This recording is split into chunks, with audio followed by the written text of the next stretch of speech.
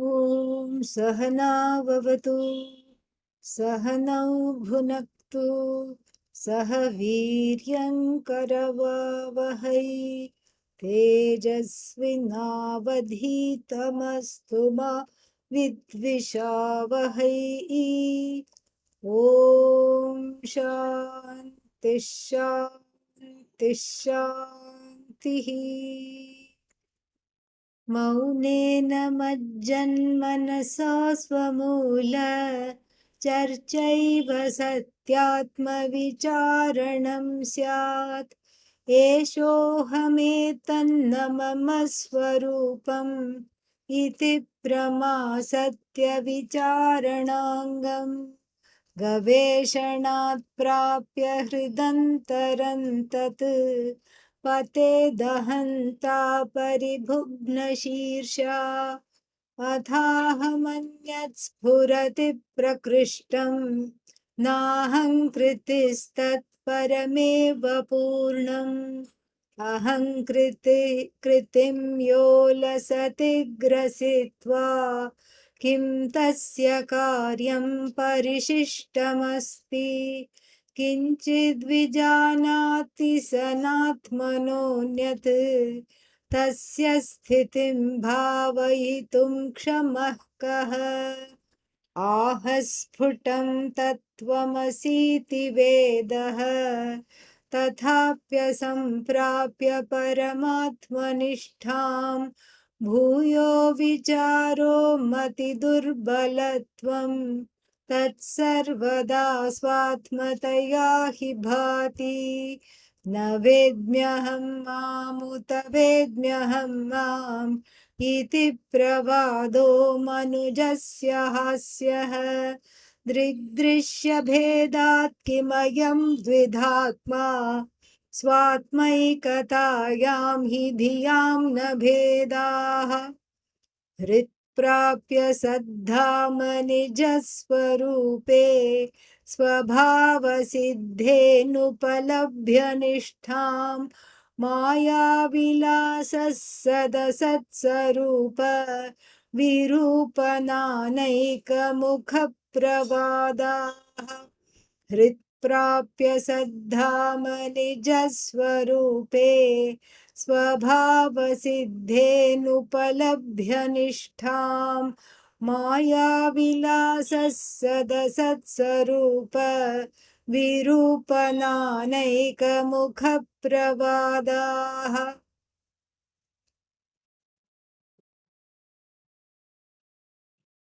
I think we have finished the one previous, or was there some more to talk about? I don't remember.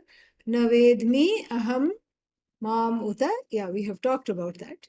Talked about the impossibility of being the knower and the known at the same time, and the only way to know the self is to remove all the wrong associations of the I with the body, the mind, etc., the misidentifications. This is what it is.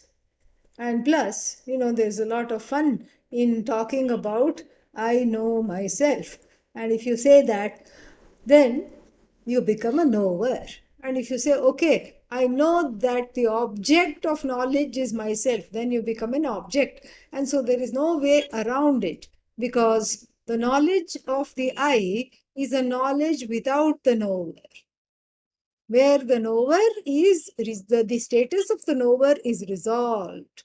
That is the nature of this I. We have seen this, and very, very beautiful.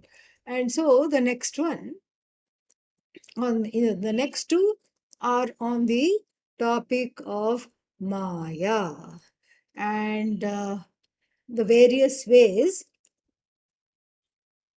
Maya not as a Shakti of Bhagavan, but Maya, the various ways in which Maya makes an appearance in the head. That kind of Maya. In the head, the Maya makes an appearance, and that is what is going to be talked about. Beautiful couple of verses, how the Maya distracts after coming in the head. Hrit prapya.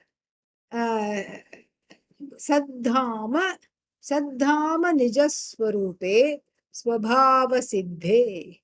Nijaswarupe Swabhava Siddhe Hrit Saddhama Prapya Anupalabhya Nishtha. So here we have a scholarly person, very erudite person is being described. What kind of a person? Who just knows the Bhagavad Gita by heart. Oh, I also know the Bhagavad Gita by heart. No, no, they know it backwards also. And forward and backward they know. And they also know they know how many times the word Arjuna is used. They have memorized. And how many times what is that? Duryodhana comes in, how many times, what have they know everything. And how many commentaries are there for the Bhagavad Gita also they know. They are able to rattle it off. Anandagiri has written a Tika, Adi Shankara has written a Bhashya, and then what else? Ramaraya Kavi has written a commentary. Madhusudana Saraswati has written a commentary. Like this, they will rattle off all the commentaries. And they will have on their computers all these commentaries in digitized format, somewhere scouring the internet. They are hoarders and collectors of Vedanta Shastra in all the possible ways that they can. So this is, one must think that this is great erudition. And we are not against erudition. Okay, erudition is fine. That is wonderful. But the erudition must be what should I say, an a by chance, what's its name? Alankar. It should be an alankar. Alankara means it's an ornament. The erudition is an ornament for whom? Meaning, without the erudition also, they are jnani. They are a jnani with or without the erudition.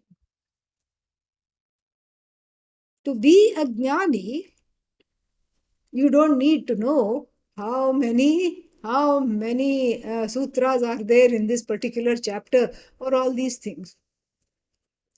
To be a jnani, what you need to do is to dismiss the wrong notions centered on the I, for which you study the sutras of various kinds. Yoga Sutra, Brahma Sutra, all these sutras you study not for the sake of the study itself, but for the sake of dismissing wrong conclusions centered on the aham, the I. Now, here is a person described who has a great lot of scholarship and erudition. They are walking, talking encyclopedias of Vedanta. And then people are also very impressed by them. They say, oh, I am better than so and so. And there is a lot of what is that in the sadhu sabhas. So if you go to in this is after all Kali Yuga, I hate to say this, but if you go to some of these traditional sadhu sabhas, assembly of swamis, there is a lot of one-upmanship. Oh, what did you do? Well, I was writing a commentary to the commentary of the commentary of the commentary to the Bhagavad Gita. And this is how I spent my Chaturmasya, meaning the time they don't travel, is used for sitting, writing, and all these things. They're in one place because of the rainy season. And the other one will say, oh, you're just writing the commentary to the commentary to the commentary. Me, I have already commented upon your commentary to the commentary to the commentary to the commentary. and and then the third one, not to be outdone, will say, I just go to the main source. I don't bother with all these commentaries. These commentaries are for bachas. Bachas means children. They're all child's play. I go to the source and I am just looking at a special way to interpret these particular lines in this particular Upanishad, which nobody has thought about before. And these are all actual conversations. I'm not making these up. Okay. I have myself been, I don't know if I should say privy or was it the bad luck to be present there. I don't know. But in these kinds of big, big sadhu sabhas, there is a lot of one upmanship. Oh, but isn't that a sexist word? Don't you mean one personship? No, I literally mean one up manship because the sadhus that I saw were all men. Not that women don't do it, but I have not seen. And this is this is a kind of a showing off. Now, what's wrong with showcasing what I know? There's nothing wrong with showcasing what you know.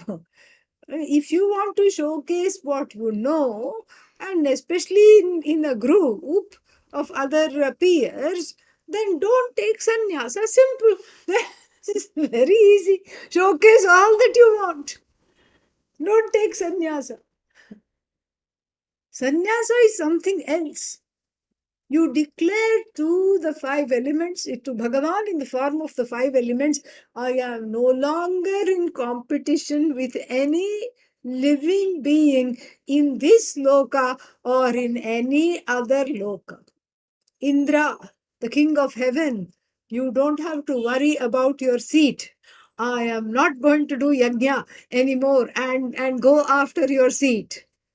And Varuna, you don't have to worry that I'm going to come after your seat, for I am not. And any kind of celestials, you don't have to worry from I am declaring myself to be a dropout from competition. This is sannyasa. And I gave up all these kinds of things in not only this world, but all the other worlds that are open, parallel universes that are there, going on side by side. I just give up everything because I have some other path here. I'm choosing to not do this because my sights are set elsewhere. And where are your sights set? My sights are set within. I want me. I want me as Ishvara. I don't want to write a commentary upon a commentary upon a commentary on Ishvara. If I write something like that for the well being of humankind, that's a different thing. If it is needed, if I'm motivated to write, either for my own nishtha, in order to understand something better, I take up a Upanishad and I write about it. That is also allowed, that is well and good.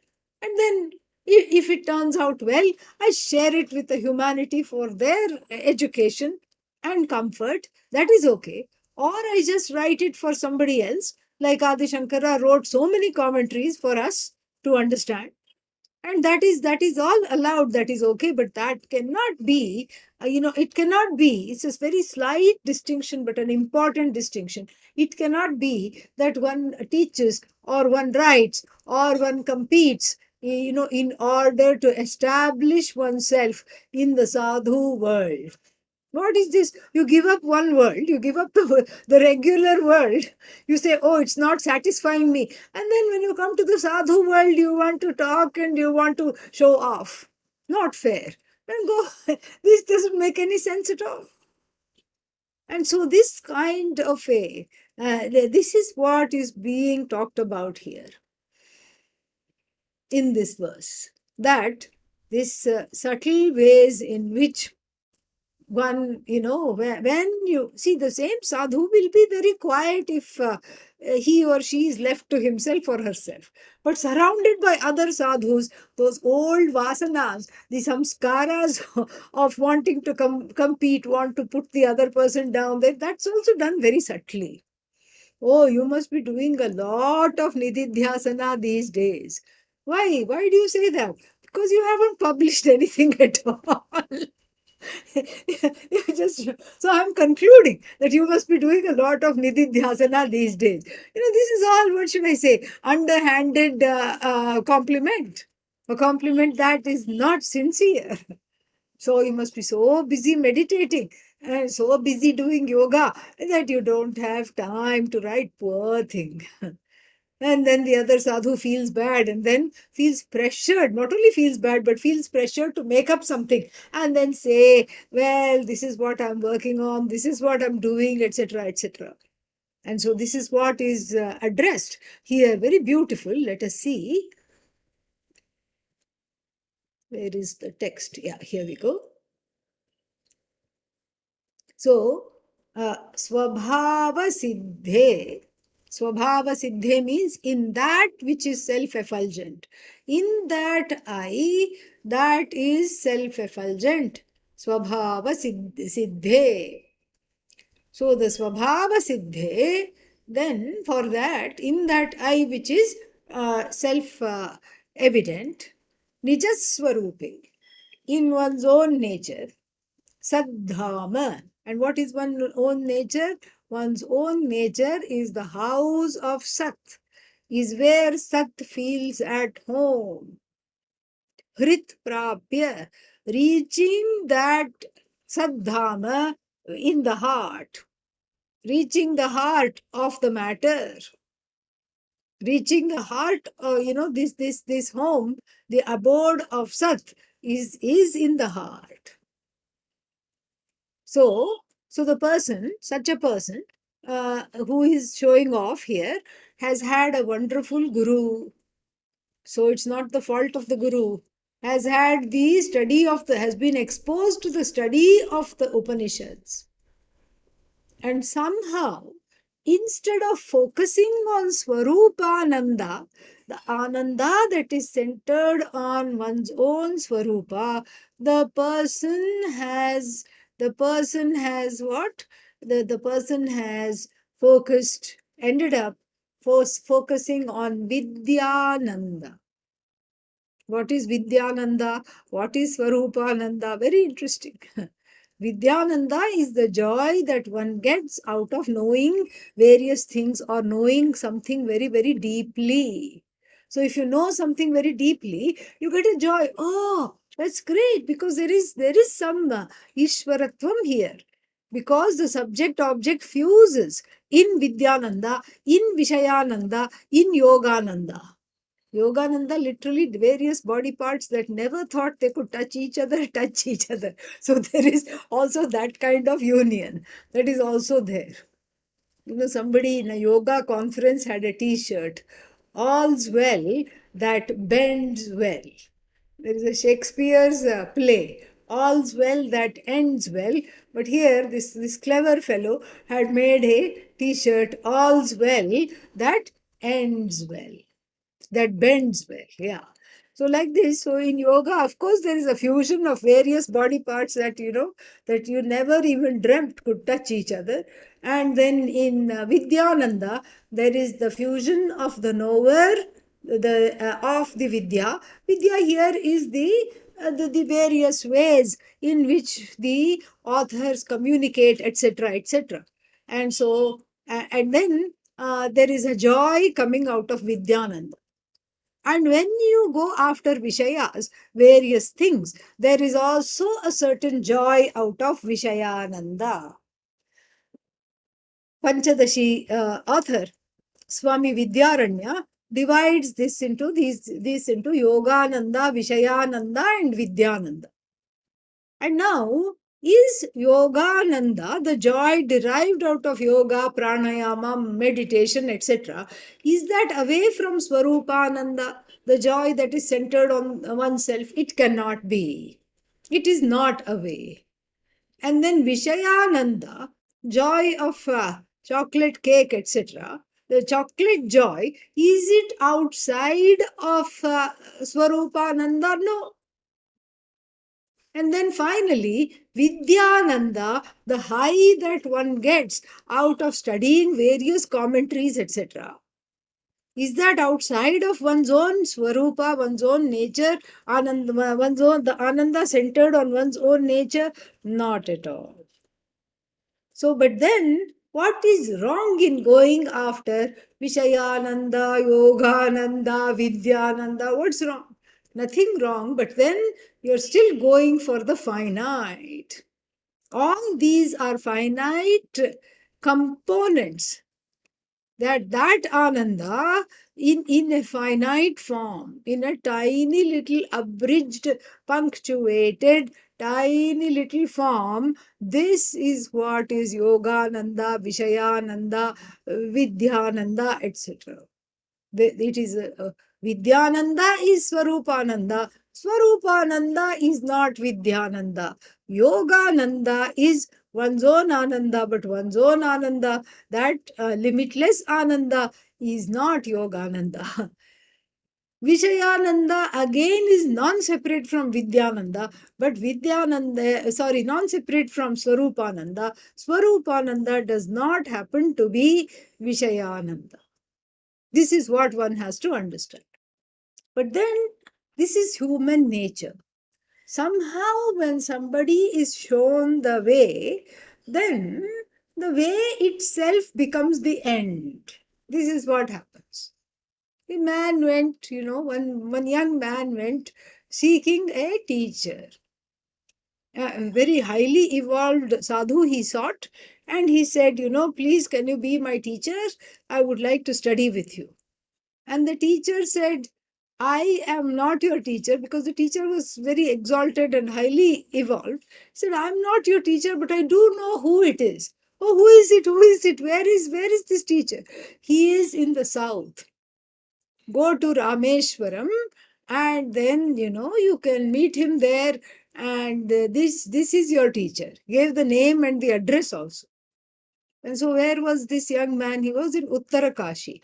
Rameshwaram, Uttarakashi is in North India, in the Himalayas, high in the Himalayas. And then, where is this?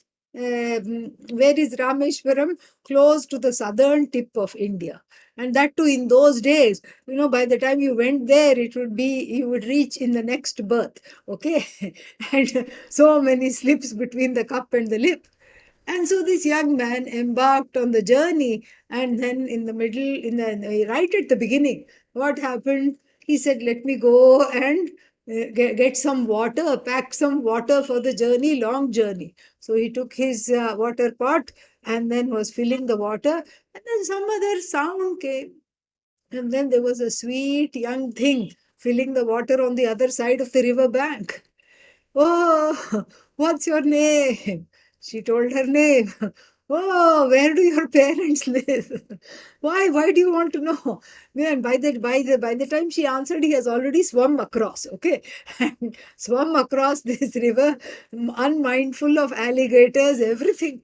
And then he reaches there, and then he says, let's go to your house. Why? Why do you want to go to my house? I want to ask for your father's hand, not father's hand. I want to ask for your hand in marriage from your father. Oh, okay, that'll be great. And then, then they get married. And then what happens to the guru? You know, poor guru is forgotten. And and thankfully, this guru did not know. The other guru did not send him an SMS. There are two people who are from, who are supposed to, there's one person who's supposed to study with you. So I'm sending him over there. No such SMS arrived, thank goodness. So there was no disappointment, and everything went fine. And then the young man, later on remembered, oh, I was supposed to study. When? When he had the first child, a girl. So he named her Isha. After Ishvara? No. Ishavasya Upanishad, that he could not study. Second one, Kena. Third one, Brihada, after Brihadaranyaka Upanishad. So this is exactly what happens. Sometimes the means become the end. Because, all human beings, we are crazy. We have generally an obsessive compulsive personality. Everybody, the human beings want to do it right. And yes, I have to get it right. I have to get it so right. And then it's a setup. It's like the mistake will be made at the wrong place at the wrong time all the time. And then somehow this is what happens. The end, the way, the means are mistaken for the end. So somebody said, sit and do pranayama to calm the mind. And they keep doing pranayama all the time. exhausting all the oxygen from the universe. Keep doing pranayama all the time. And then wonder why moksha is not yet got. This is not a method for moksha. This is a method to clear the head in order to be able to sit and listen to the knowledge that is going to let you know that you are already free. That is what this is. And everything is a preparation. So when you mistake the preparation for the product, then one is done in.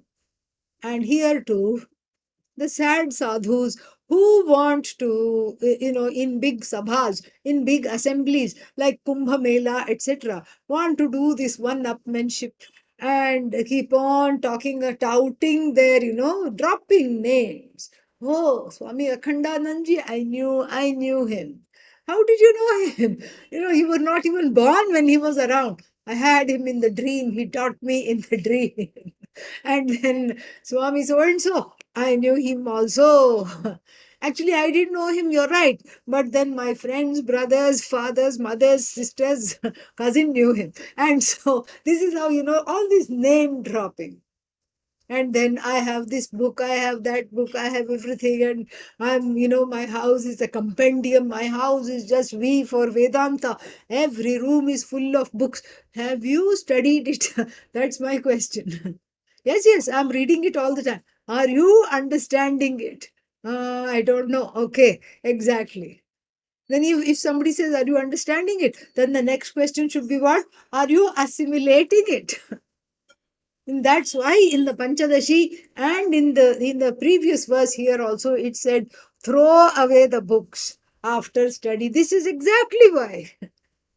And again, a caveat, a much needed caveat, we are not at that stage yet. Okay. So we are not going to throw away the Saddarshanam before we finish the last so many verses, that whatever is left. So this is the problem. And so the means is confused for the end. So the person studying is getting great joy. What does Madhusudana Saraswati? How is his commentary different from Ramaraya? Ooh, who is this? This is a wonderful commentary. Never heard of, never understood. No, nothing wrong. Even now there is nothing wrong in getting excited about a commentary upon the Upanishad or the Bhagavad Gita that is recently unearthed, and wanting to read it and getting the Swarasya. Swarasya means a kind of a unique enjoyment out of the different modes of expression. Nothing wrong. But this is best done after this understanding has been abided in and assimilated. That's why if you first go any ashrams, the of repute, even in our ashram, Pujya Swamiji would tell us, do not read or study anything other than what is being taught here. For 5 years, don't touch any books. Don't touch it. Because you have to assimilate what is here.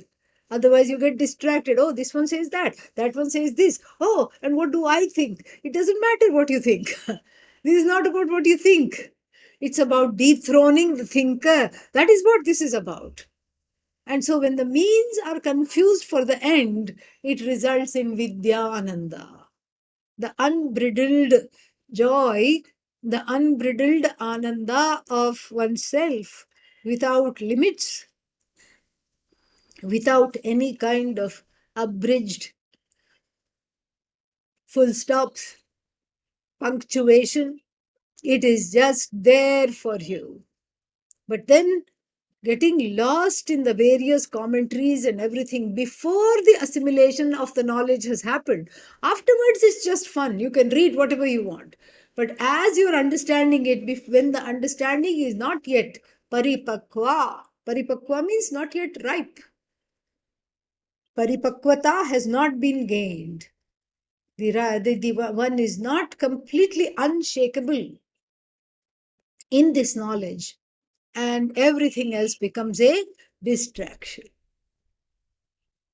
And this distraction alone makes one into a hollow scholar, a hollow scholar. And that kind of a person is described very well in the 58th verse of the Viveka Chudamani. वाग्वैखरी शब्दझरी शास्त्रव्याख्यानकौशलम् वैदुष्यं विदुषां तद्वत् भुक्तये न तु मुक्तये. Beautiful. Very nice. Vagvaikhari means the loud speech, always talking about what one knows, putting other people down. And the putting other people down is not done just like that. It's not done now because somebody is mean and they want to put you down. The putting other people down is done because I am insecure and I want to show that I am on top. That is the idea. So this is the so Vagvaikhari means a loud mouth, a loud speech. Shabda Jhari, the one the someone who's got a words like a river. They keep flowing from the mouth, and you can't even get one word sideways. If you say one word, then it becomes another whole thing. They give out they let out a PhD dissertation. Then you say, try to say one word, and then another whole book they belt out. And this is what it is. So, Vagvaikhari, then what? Shabdajhari. Shastra Vyakhyana Kaushalam. Efficiency in commenting upon all the scriptures, not only the scriptures, but the scriptures of the scriptures of the scriptures, commentaries of commentaries of commentaries. And then Vaidushyam, Vidushasya Bhava, erudition. So Vaidushyam, Vagvaikhari, Shabdajhari, Shastra Vyakhyana Kaushalam, these are all traits. Loud speech, a stream of words that never stops, and constantly commenting upon the commentaries and the scriptures, etc. And erudition. What are they? These are all Vaidushyam, scholarship. For who? Vidusham, of these learned people. Tadvat, in the same way, is like Bhuktaye. Bhuktaye means some kind of a small joy. Just like ice cream joy, mukti, it's for consumption. It's the joy that comes out of consuming these commentaries. But it is useless for liberation. This kind of a scholarship is absolutely useless for liberation. Bhuktaye, fourth case, natu muktaye. But however, not for mukti. But then you see, this is the hard part. The hard part is that this is what is inexplicable, is that such people alone are always lauded and people get attracted. The prospective students and prospective people get attracted to such people because people take everybody, because see, the people who are following such people, they don't know. They don't know how to judge. And in order to judge a jnani, you have to be a jnani. In order to tell if the other person is a jnani or not, you have to be a jnani. And so if one is not a jnani, who is there to judge the person? And so such people become attractive because by dropping names, dropping verses, dropping words all the time, words of erudition, they convince other people of some kind of a charismatic what you may think charismatic personality, etc., etc., and then they are very much in demand. And because they also want to be known, they want a following, and they want to be known, and they want to be appreciated. And so they operate on a completely different plane. And so but then all this is not wrong, except I said it looks a little funny in a sadhu. That's what I think. But then it's not wrong to be wanted to be famous, etc. But that's not going to give you mukti. That's not going to make you free of samsara. You have run away from one samsara in order to belong to another samsara. What? The spiritual samsara. Ashram samsara. And so this is why this is not for the mukti. And where are we now here? Let's see.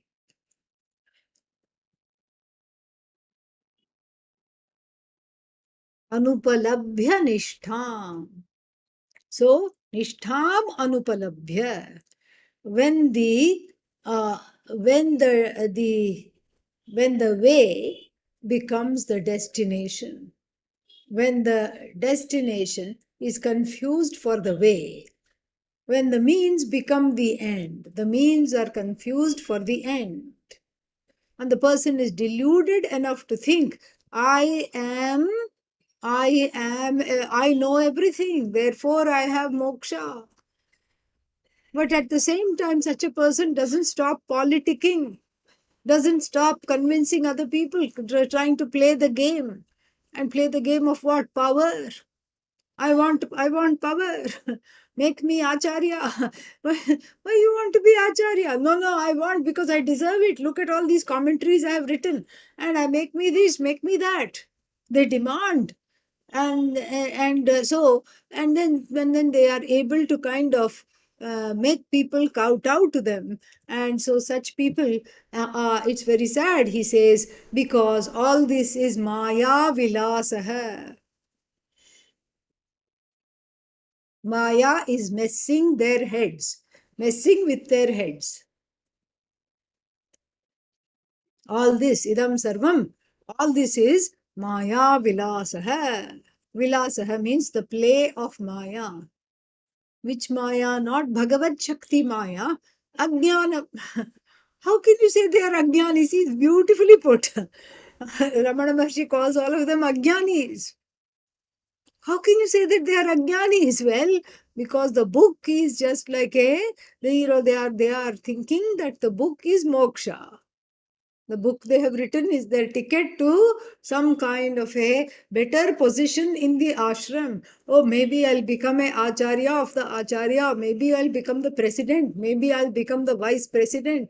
Maybe I'll have a bigger, better following. All these things, this is not something to think about at all. The more one goes into this, one has only, at the best, one can enjoy Vidyananda, which is basically table scraps on the table, on the buffet of the Ananda table. You sit there like a doggy and beg for scraps. This is what it is, a very sad situation. So, Maya Vilasaha. This is just the play of Maya. And what is the play of Maya? Pravadaha. These kinds of discussions in a sadhu sabha, in an assembly of sadhus, pravadaha, various discussions upon discussions, debates upon debates, and all these things. And why are they pravadaha? What kind of pravadas are they? Why are they pravadas? Satva, asatva, sadasad, sarupa, virupa. Sadva, asatva, one kind of pravada. Is is this is it sat? Is Maya? If let's say it's a discussion on Maya, is Maya sat or is it asat? This is a big discussion. Is it Sat or Asat? Sometimes it looks like Sat, sometimes it looks like Asat. No, no, no, you should read my book number 3. Why do you have to say book number 3? Because I want you to know I have written 2 other books prior. So therefore, I'm saying you should read my 3rd book. You see, this is how you drop names and you drop things. Because you don't want to say you should just read my book. Because you want the other person to understand you have not one, but you have written 2, 3 books. So you have to read my 3rd book, which will explain all this. How Maya is Sat and Maya is Asat. And it's like saying, I feel broken and I feel whole at the same time. I am broken and I am whole. How can you be broken and whole? This is beyond, this is not even beyond logic. This is contrary to all logic. No, no, no. Read my 3rd book. It explains everything very well over there. This is the problem. So, uh, where are we? Yeah, so that is one kind of a contention. Sadva, asatva. So what is asat? Maybe sat. If we are talking about Maya, that's the example. But if we are talking about sat, is it existent or is it shunya, non-existent? What is it exactly? And so, like this kinds of pravada, just all the play of Maya. Is it loud? Yeah, sorry, is it real? Is it unreal? Is it Sarupa? Is it with form? Or Virupa, without form? And it is Nana? Is it many? Or is it one? Eka. So this is all various kinds of the play of Maya. Maya sitting and messing in the head, playing tricks on you is what leads to these kinds of discussions, hollow, ringing, empty discussions, showing off all the time, trying to sweep people off their feet. It's just a useless feat, okay? Trying to sweep people off the feet. A totally useless attempt, because nothing is going to be gained from that. No, no, no, I feel good about myself. All right, that's all. That's probably the only gain. But then, even that is not true, because you ask the person, how long do you feel good about yourself? Until the next pravada, until the next book, until the next showing off, until the next trying to convince, until the next group of people come to whom I have to show off my erudition. Word dropping, verse dropping, name dropping, all these things. And according to Ramana Maharshi, all this from a person who is an Atmajnani, it will not be there. And also, when it is there, you know that that person is just into some kind of what is that? There is a saying, empty vessels making a lot of noise. That is exactly what it is. So this is completely unnecessary. And when you encounter this, what is there, it. When you encounter this in yourself, correct it immediately, because one is clinging to the means, thinking, confusing it for the goal. So as one studies more and more, this kind of a hubris can creep in. Correct it immediately. How to correct it? Stop talking for a while. Then it is automatically corrected. So if you're in a group and other people are discussing something excitedly, just sit and watch. No, but they'll think I'm dumb and they'll think I have not studied Saddarshanam. You know you have studied, right? Yeah, then why do you have to convince somebody else that you have studied? No, then they'll think I'm dumb. Let them think. Happily let them think you are mooka. You are not able to speak, or you are not terribly bright. Let them think. That's okay. No, but then all the opportunities I want will be gone. If you are a sadhu, that should not at all be a train of thought. No, but I'm not a sadhu, but I'm hoping to be one. If you're hoping to be one also, it's better to get off that train of thought. Definitely. And so this is the very dangerous, dangerous outcomes as a result of this. So this is one way in which Maya messes with the head. Then the second verse here, the next verse here, also talks about another way in which Maya messes with the head. And this is now here we are going to enter the deep and murky waters of siddhis, various siddhis. And so, first of all, before even we read this verse, are there such thing as siddhis? Yes. Adi Shankara accepts it, Shastra accepts it. Shastra is a pramana, so we accept it, because we see this all around in the thing, in the Shastra. We see it in Ramayana. We see this. Hanumanji had all 8 siddhis. There are 8 of them. I'll tell you what they are. They are fun if you just watch them. That's all. So Hanumanji had all the 8 siddhis, and he could become very big. And this is what happens. Garima Siddhi. Garima Siddhi means suddenly you can become a like Mount Everest size or even bigger. maybe you become as big as to pat the Mount Everest on its head. Okay, so you become that big.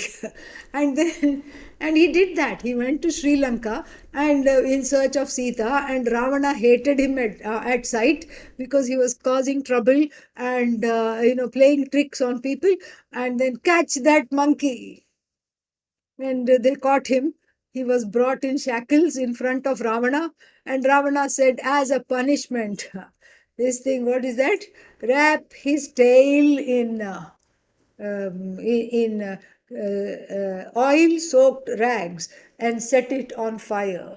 Oh, okay. And so they just brought a little, there's small monkey, okay, not too big, and we'll get this, we'll get maybe 2 liters of oil enough, and soak the rags, cut up old cloth, soak the rags in the oil, and then light it on fire, and let's see how he jumps.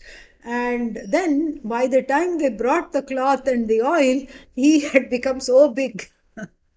He broke through the roof of the palace, and then he was standing there, and the king had already given the order, and that was the first oil shortage in history, because all the oil they used up, and still his tail was only one-fourth covered. And Ravana said, all right, I want to see the entertainment, set this monkey's tail on fire. And they set it on fire, and then he just promptly jumped from house to house, set the whole Lanka on fire, and came back to India. He came back, and he jumped back.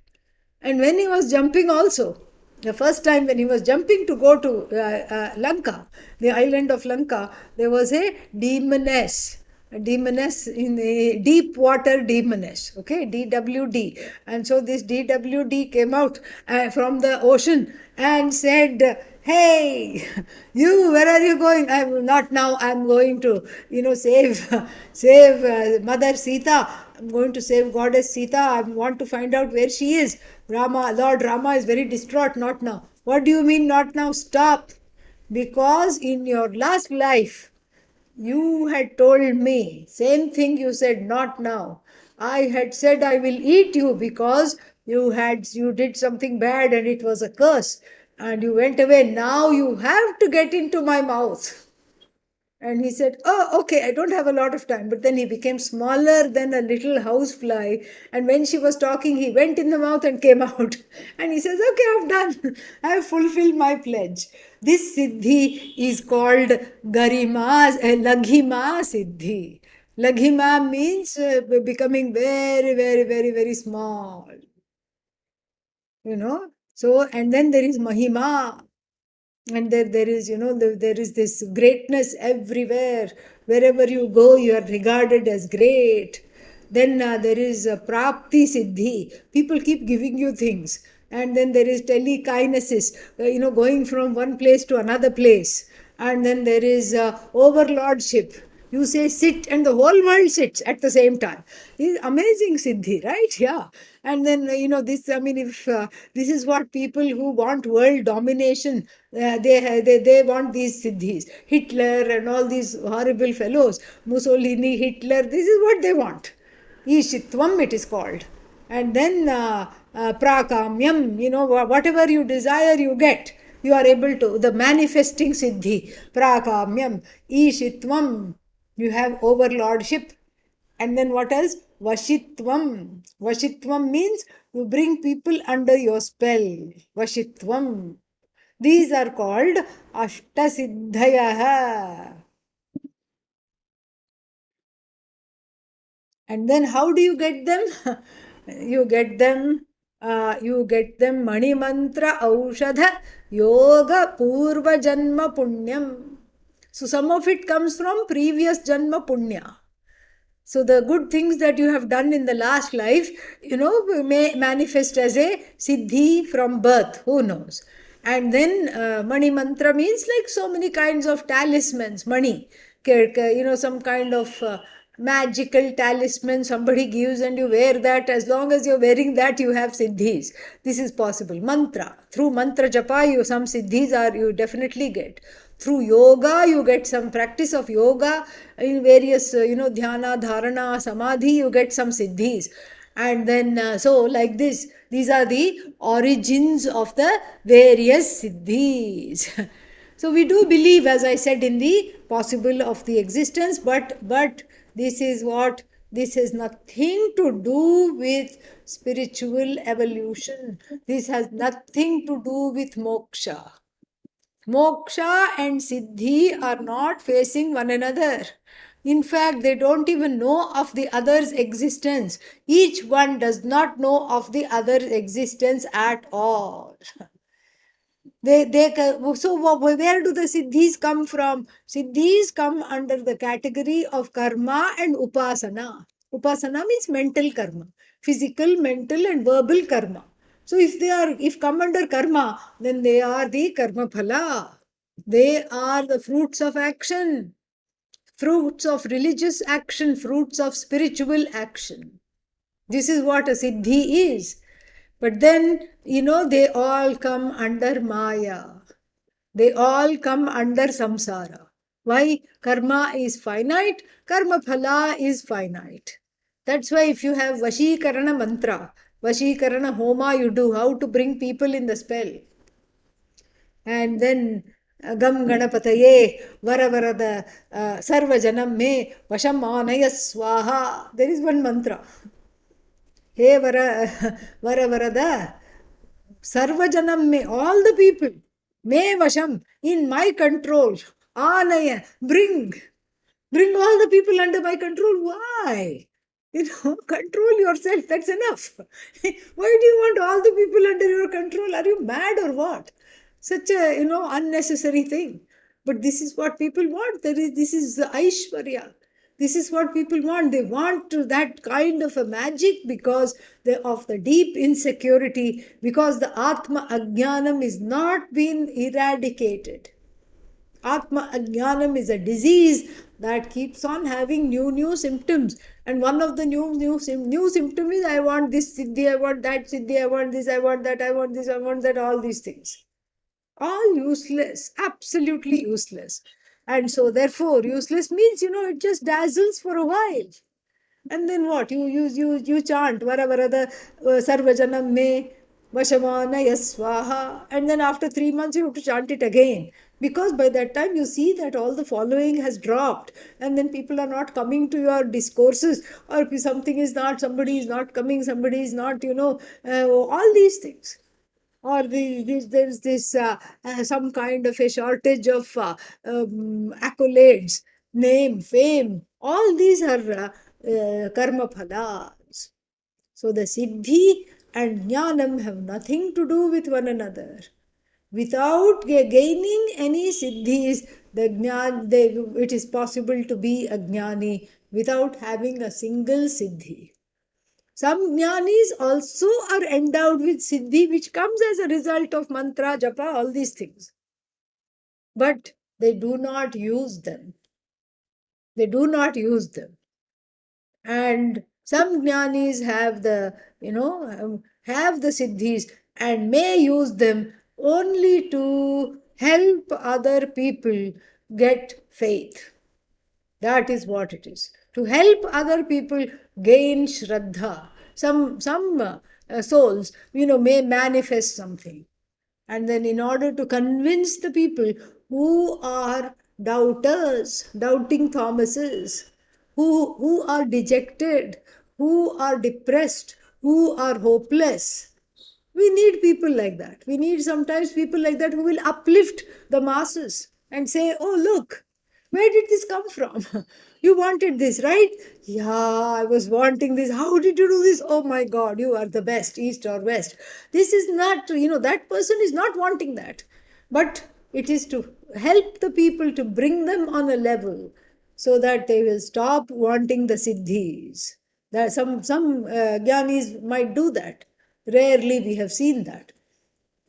And then sometimes, more often than not, so ajnanis pretending to be jnanis, show off their siddhis all the time, many times. There was in India one young boy. I felt sorry for him. He was 10 or 12 years old. Not even 10 or 12, maybe 8, 9 years old, young boy. And then everybody around him, somehow the legend started that whenever he opens his right hand, vibhuti comes out. Vibhuti means ash, holy ash comes out. And then why ash should come out whenever you open your right fist, I have no idea. But this is what the family around, the extended family wanted to do that. And very soon they became rich because all the people are giving money, because this boy is just, he's opening his hand is a blessing and he's just dropping ashes. And then there was some kind of a committee, a scientific committee that went and tried to go, write an article about this. They wouldn't let them in, and they wouldn't let them talk to the boy, anything. The boy half the time looked very tired and sad, but still he was keeping on doing this and dropping vibhuti all the time. And then later on, then they went to the court to get the orders, because they said this is the exploitation of a minor. He's 8 or 9 years old and you're doing this to him. And then finally they got permission to go and do the interview. And then the boy very plainly said that there is some kind of a pipe coming here. Even in the hot summer, the boy was wearing full sleeve clothing, and then it's going all the way. And in the armpit, there is some kind of a plastic something, bottle. And if he does this, that is filled with vibhuti. If it does this, it travels through this pipe, and then it is refilled every day or whatever it was. And that was unearthed. And so, like this, all these miracle mongers somehow think that in order to show people that I am great, I have to do these miracles. But not so with the jnani. The jnani does not have any such pressure. There is no pressure at all. And so this is how this is exactly what it is. So the jnanis may use them, may have them, but the thing is that's not important. What is most important is that if you don't understand that the siddhis are limited, it is dangerous. It is dangerous. So the siddhis, even if you get them, along the way, drop them, ignore them. If you ignore them, a greater vista is available to you. A greater vista of you as free of those siddhis, you as limitless, is available to you. Focus on the one who has siddhi, not on the siddhi itself. Here again is a means being confused for the end. Siddhi may come, siddhi may go. Doesn't matter. Focus on you who is free of the siddhi.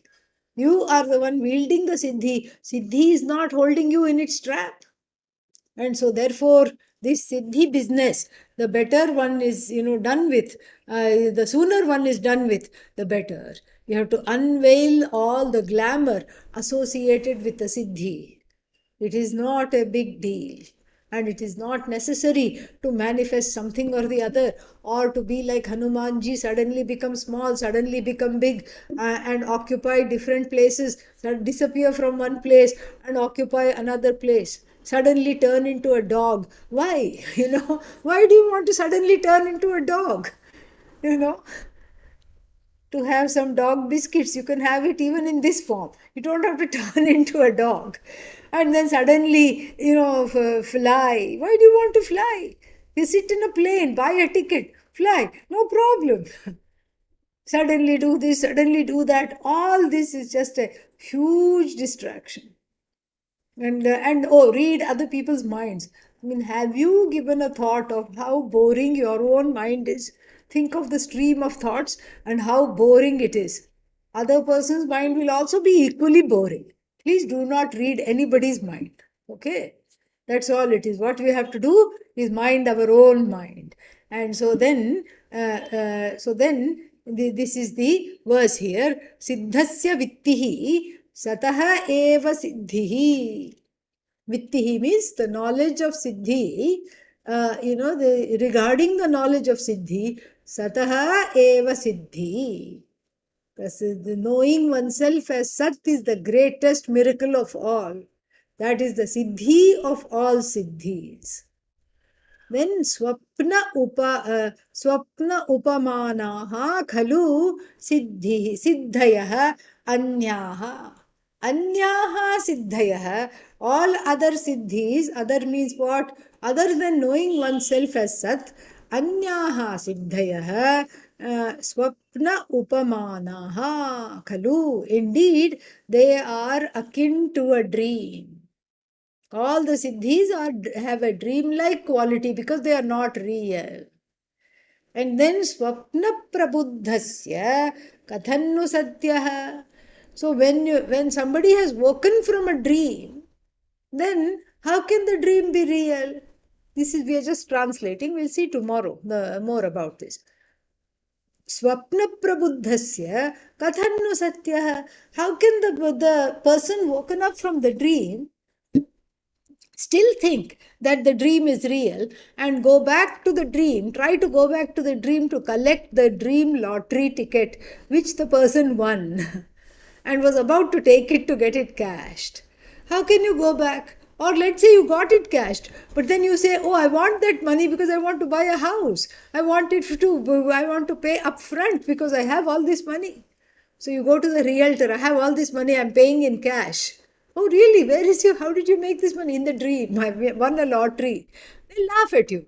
And so, therefore, once you wake up from this dream of prioritizing siddhis or being seeing them as glamorous or being enamored by them, then it says that satis sthitah, the one who is abiding in Sat, kim punareti mayam, for them, will they ever go back to Maya? Of course, the answer is no. How these two lines connect, the first two and the last two, very nice connection is there.